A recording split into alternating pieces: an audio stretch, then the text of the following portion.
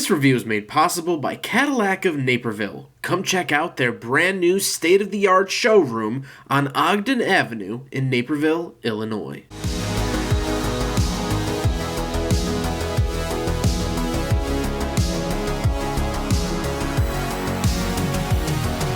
Alright, what's up guys? My name is Zach, and today I am driving a 2020 BMW X7 M50i.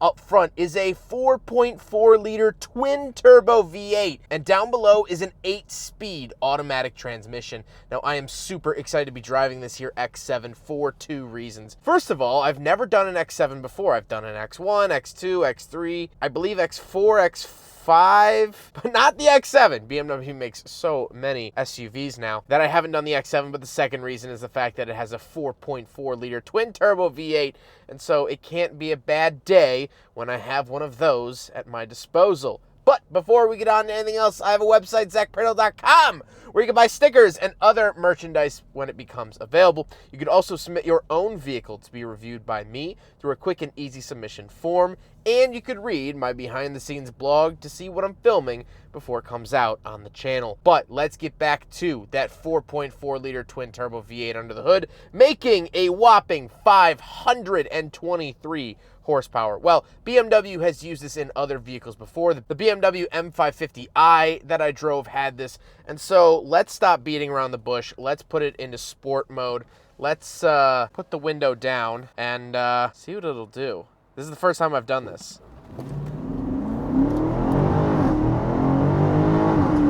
Oh!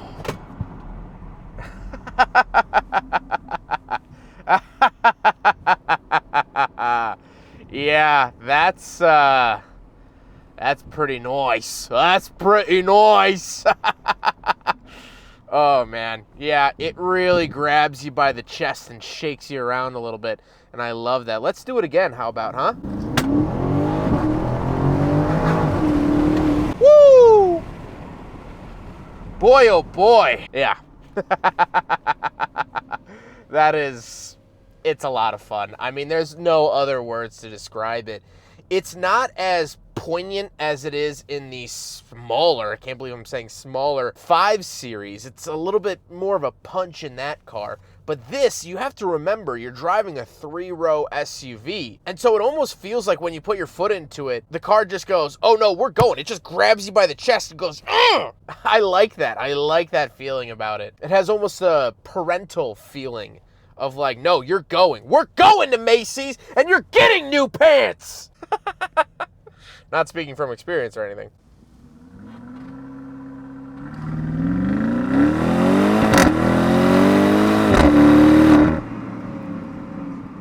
Now, like I said, paired to an 8-speed automatic, BMW loves 8 speeds. They go together like peanut butter and jelly, and this is doing a pretty good job. It's shifting really quick, as you saw on those engine pulls, and I don't have any qualms about it. Last but not least, this is the X-Drive, so it does have all-wheel drive. So that's stuff out of the way. Let's talk about the interior. We have a lot to go through, so strap in, boys and girls. It's going to be a long one. In front of me, I get a completely digital gauge cluster. Off to the left is my miles per hour. Off to the right, I have like battery charge and an efficiency meter. I have fuel at the bottom left. I have coolant temperature at the bottom right. There is a lot going on, but I like the layout of it. It feels very modern, very fresh, and I'm a big fan.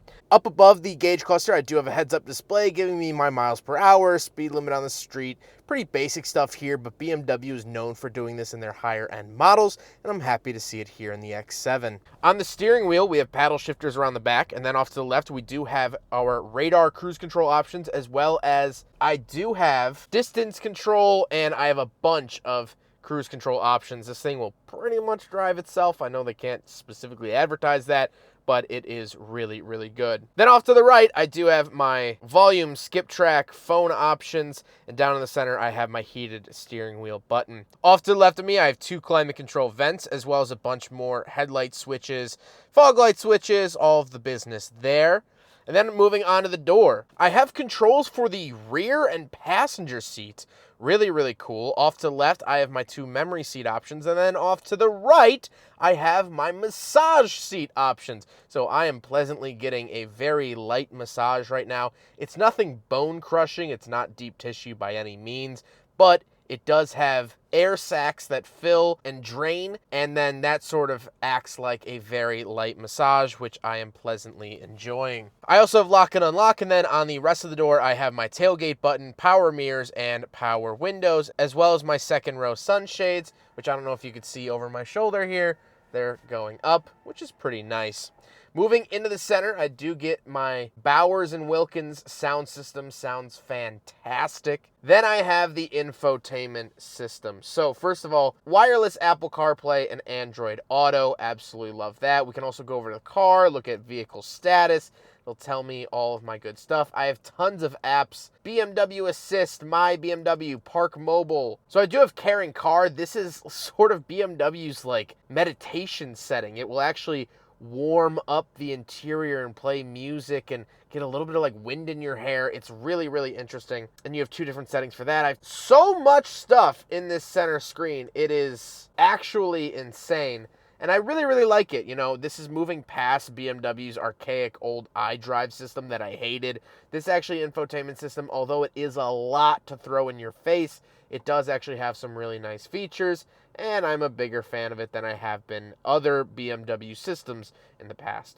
Something else with the infotainment screen is that it does have touch controls, so you can spin your finger and that'll turn the volume up if you do it clockwise and down if you do it counterclockwise. This is mostly gimmicky. It works, but it's not as direct. Moving down below that, we have our hazard switch bubble button for safety features and 2 climate control vents, as well as I do get the temperature for the climate control vents on their own tiny little screen. I think that this is kind of unnecessary to add a screen right here. It's just going to break later on. But it looks very cool and looks very cutting edge. And down below that, we do have our climate controls, heated seat options, dual zone, dual fan speed, which is really, really impressive. You don't oftentimes see that in cars, and I like that a lot. Then we do have our radio buttons, so volume, mode, and band, as well as our favorite buttons. These favorite buttons can actually be programmed to be anything you want in the BMW. Not just radio stations, but you can also set it to a favorite navigational point. You can set a favorite button to be Apple CarPlay. You can set a favorite button to be anything, which is really, really cool. Then we do have this opening cup holder area with a USB, so we will do a big friggin' bottle test here in the X7 M50i. And unfortunately, it does not pass, but that's okay. I really didn't expect it to here in the BMW, but you gotta try it anyway. However, one redeeming quality, I know it failed, but one redeeming quality of the cup holders is that they are heated and cooled. So if you have a hot coffee, you want to keep it hot, you can warm it. If you have a cold drink, you want to keep it a little extra cool, it will cool it. Now, this isn't like a freezer or oven, but it will help out a little bit. Then we have this center area. So first of all, the crystal shifter up to the upper left. I like that a lot. It looks very cool, looks modern and different. I've never driven a car with this shifter, and I always like that. I feel like all these BMW reviews, I always go, oh, well, the shifter's the same from the X1 to the X6. Well, not in the X7, baby. I also have buttons to the left of that for traction control off, cameras, parking sensors, and automatic start-stop on and off. Then I have my engine start button and my drive modes down below that. So we have Sport, Comfort, Eco, Adaptive, and Auto holding brake. Then we have the power parking brake, hill descent control, and moving off to the right, we have our selector dial for the infotainment screen. This feels very good, has a lot of tactile feedback. I know exactly what I'm doing, exactly how many clicks I'm making, and I love that about this. Then I have the height adjustment. So this does have air suspension. I can raise and lower the X7 whenever I please, which is really, really nice. And it's all done right here. And then we got to talk about the seats. The seats are very, very nice. Like I said, they are heated, they are ventilated, they are power, they are memory, they are massaging, which so far is everything a seat can physically do in an automobile. I don't know of any other seats that have more features than that. So you are getting the cream of the crop when it comes to these seats. They are very comfortable. They're finished in this nice caramel brown. I really, really like that touch. However, calling card of the X7 is that it is a 3-row SUV. So let's hop around the back and do some backseat reviews. All right, it's really, really bright, and I apologize. I'm kind of blown out, but we're in the back of the 2020 BMW X7 M50i. A couple of things to note. First of all, I do have rear seat infotainment systems, which is really, really cool. We will switch from the GoPro to my phone camera here just for a second. We can look at car. I could look at, I guess, what I'm riding in. I could change the volume of my own media. I can skip tracks, things like that. I can go through the owner's manual, I guess. I'm not sure why the backseat occupant needs to do that. But hey, we have some apps here we can go to as well, some installed apps. I guess we don't have any. Navigation, so I can look at traffic info. If I'm like, hey, what's taking so long? You know, I can do that. So all of that stuff is really cool. But I also do get my own climate controls down here. I get heated seats, auto climate controls. I can HDMI in if I would like. I have so many USB ports down here, I almost can't even count them. I have my own cup holders back here. Moving on to the door, I have more premium speakers from Bowers & Wilkins. I also have, of course, my window up and down, but I also have my sunshade buttons up and down. Tons of really nice stuff, and this seat is power. So I can power recline as well as I can power move it forward. Now there is a downside to that. If I do want to get in the back, I have to power move it forward like you're seeing now. And that does take a little bit extra time than just bam, folding it down and getting in the back seat. Speaking of which, let's hop into the third row. See, this is what I mean.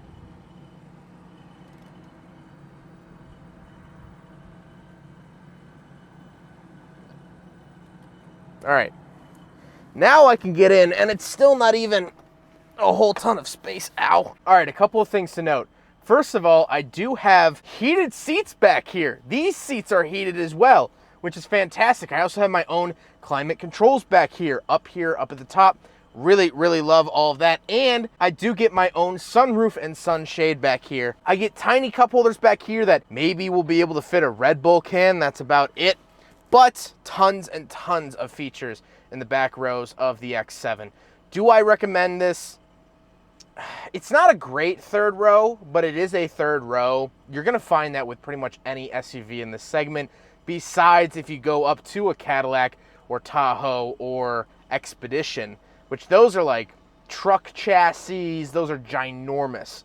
So in terms of a German automaker, this is pretty much as good as it gets, which I'm not saying is bad by any means. I'm just saying us Americans, we like our space. So, is what it is. Speaking of space, however, we do have a trunk and cargo space, so let's hop around the very back and talk about that. All right, so we're on the back of the BMW X7 M50i, and we do have a trunk release button right here. And just like the X5, I do have a second little tailgate, which is pretty neat. Now, these are, of course, the all-weather floor mats and such. We do have a privacy cover, and we do have controls for the back seats. They are power controls to move them forward and back. So I can set it to max leg room or max cargo space, which is really, really interesting. I've never seen that on a car. Look, there they go. I just set it to max cargo space. Those two seats are moving forward. Those seats just went down. Really, really cool. Really fantastic stuff back here. And there's a button down there. You can't really tell, but this actually lowers the vehicle to make loading and unloading easier. Like I said, it has that air suspension, and it will actually lower the rear end of the car. Oh, you can kind of see it happening. Look at the shadow down there. It actually lowered the rear end. I don't know if you could tell. It's almost tuck and tire now, which is really, really nice. Tons of great features here up like that. And then we do have a nice trunk button like that, and close it back up. Now we got to talk about the looks, and okay, we'll talk about the grille really quick. I actually, when I see it in person, I don't think it's that bad. And I know newer BMWs, it's apparently even bigger. But honestly, looking at this car, it kind of looks good. It kind of makes sense. I don't know. I'm not fazed by it. But let's do a walk around. This thing is big. It's a lot bigger than I thought, and that should make sense because it is a 3-row SUV, of course.